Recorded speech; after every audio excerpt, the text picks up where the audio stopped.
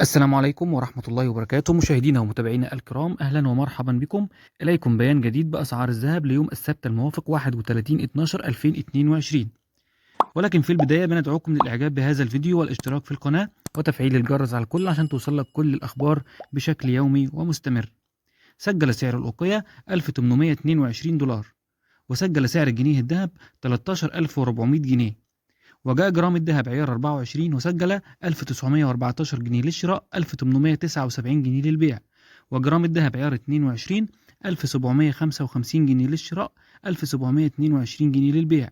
بينما سجل جرام الذهب عيار 18 1436 جنيه للشراء، 1409 جنيه للبيع. وجرام الذهب عيار 14 1117 جنيه للشراء، 1097 جنيه للبيع.